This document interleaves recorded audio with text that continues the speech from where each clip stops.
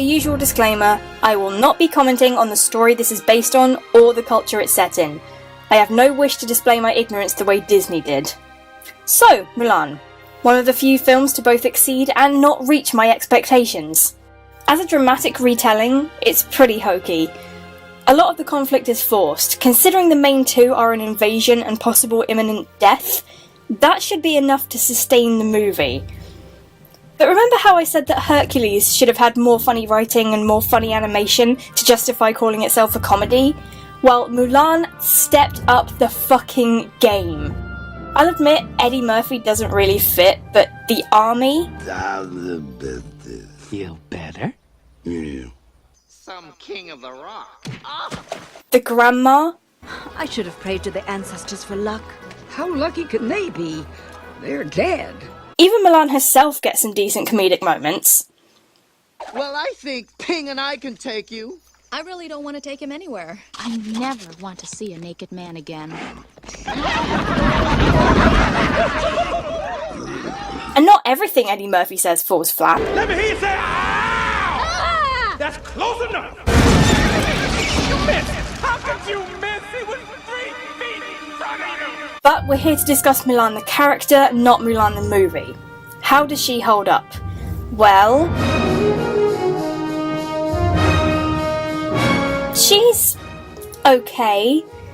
She's more of a walking moral than a character. I mean, what does she like? What pisses her off? Does she have any friends? What was her childhood like? That rice, does she love it or just tolerate it?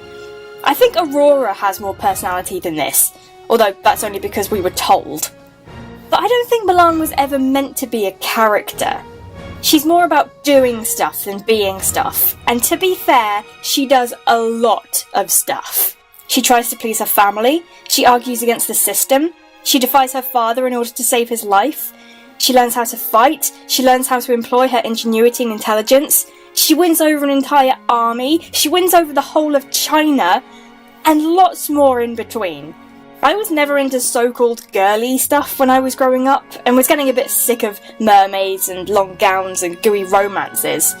I just hit double digits when I first saw Mulan, and it was exactly what I wanted to see.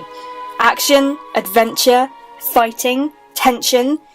This is what I'd been wanting from a Disney film since Rescuers Down Under, and I fell in love with it. In hindsight, it's really quite clumsily done. As much as I appreciated, and still appreciate, Disney challenging how their princesses are portrayed, a lot of the gender issue stuff is very on the nose.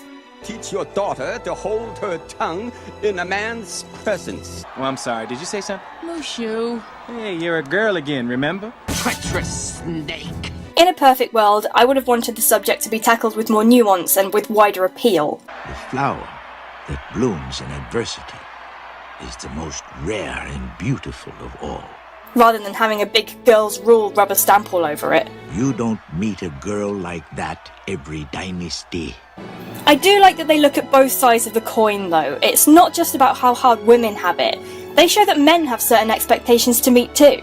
Must be swift as a coursing river, with all the force of a great typhoon, with all the strength of a raging fire. Mulan also ticked off a lot of firsts for Disney princesses.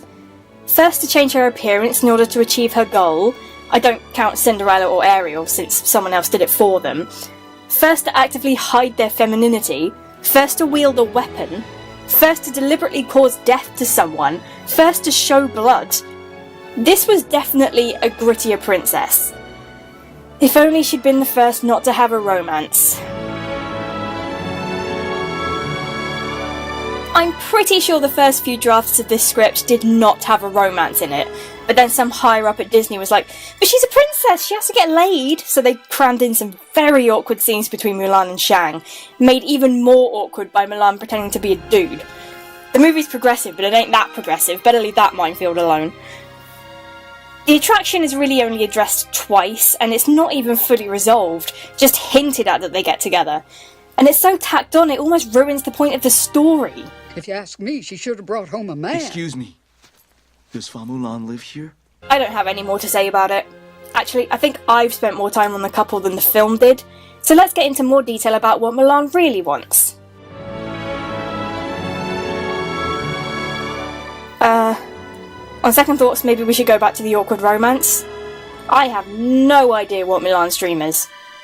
At first I thought that was the point. She's in a rut and doesn't know who she is or what she wants. If I could ever relate to anything, it is that. But then she seems to have a very clear idea of what she wants. Joining the army to save her father. And then not getting caught. And then fitting in. And then saving lives. And then warning people of an imminent attack. And then saving lives again. It does work in a fluid, realistic kind of way, which is a new take on the Disney dreams come true mantra. Times change, and dreams must adapt to the changes. But her overarching dream seems to get lost amongst the plot a great deal of the time. And what confuses me even more is when she's offered a reward for her efforts, a job that gives her empowerment, a position of authority, and a natural resolution to her story, she's like, "Screw you guys, I'm going home." Girl, this could have been the key to unlocking your potential. A job that utilises your skills, experience, and intelligence. What are you going home for? If you want to see your family, fine, fair enough, I get it. I mean, you did all of this for your family. But she shows no signs of wanting to come back and kick some more ass. She just goes home. It's immensely disappointing. It gets harder to enjoy Mulan as time goes by. Like I say, she isn't really that interesting. But at the time, she was a huge deviation from the princess path, and no doubt an inspiration for future Disney damsels. At the end of the century, this was the new normal. The demand for perfect, precious flowers had all but vanished. We wanted girls with bite, who worked hard and fought back to make their dreams happen. Even the non-princesses were getting feistier, stronger, and more interesting. For the most part. Though the Disney Renaissance produced one more film, Mulan was the last Disney princess for over a decade. Why the sudden drop in interest of such a successful franchise? Perhaps the kick-ass woman stuff was played with a little too much force and it alienated a chunk of the male audience. Maybe they just ran out of good ideas. Or maybe it's because everyone started to realise that Disney had a younger, hotter cousin that did things and satisfied in a way that Disney hadn't done in years. Next time, we'll be looking at our first Pixar ladies in A Bug's Life.